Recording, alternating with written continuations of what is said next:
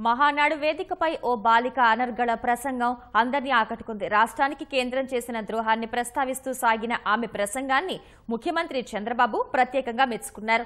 మహానాడుకు శాశ్వత ఆహ్వానితురాలుగా ప్రకటించారు.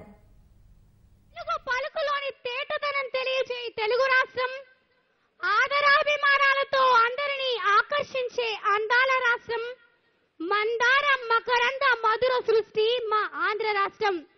నాడు కుట్రపూరితంగా చేసిన విభజన 5 కోట్ల ఆంధ్రులకు కేంద్రం చేసిన ఆత్మ వంచన.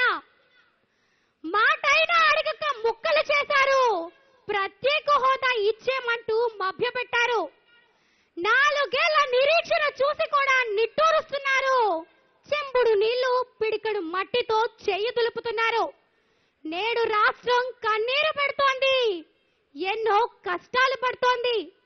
ఆగిపోయిన ఆంధ్ర అభివృద్ధి, ఎటు చూసినా అలవుకున్న ఆటంకాలు, నిధుల విషయంలో కేంద్రం చూపిస్తున్న మొండి చేయి, నిస్సహాయ స్థితిలో రాష్ట్ర నాయకులు. ఇక అభివృద్ధికి తారెక్కడుంది? కేంద్రం రాజనీతత్వానికి రుజువెక్కడుంది?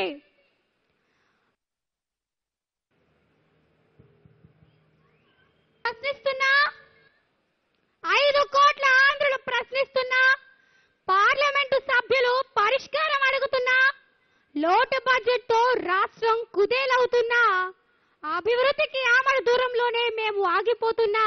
మీకేమీ పట్టడం లేదు. కానీ కేంద్రానికి ఇది పద్ధతి కాదు.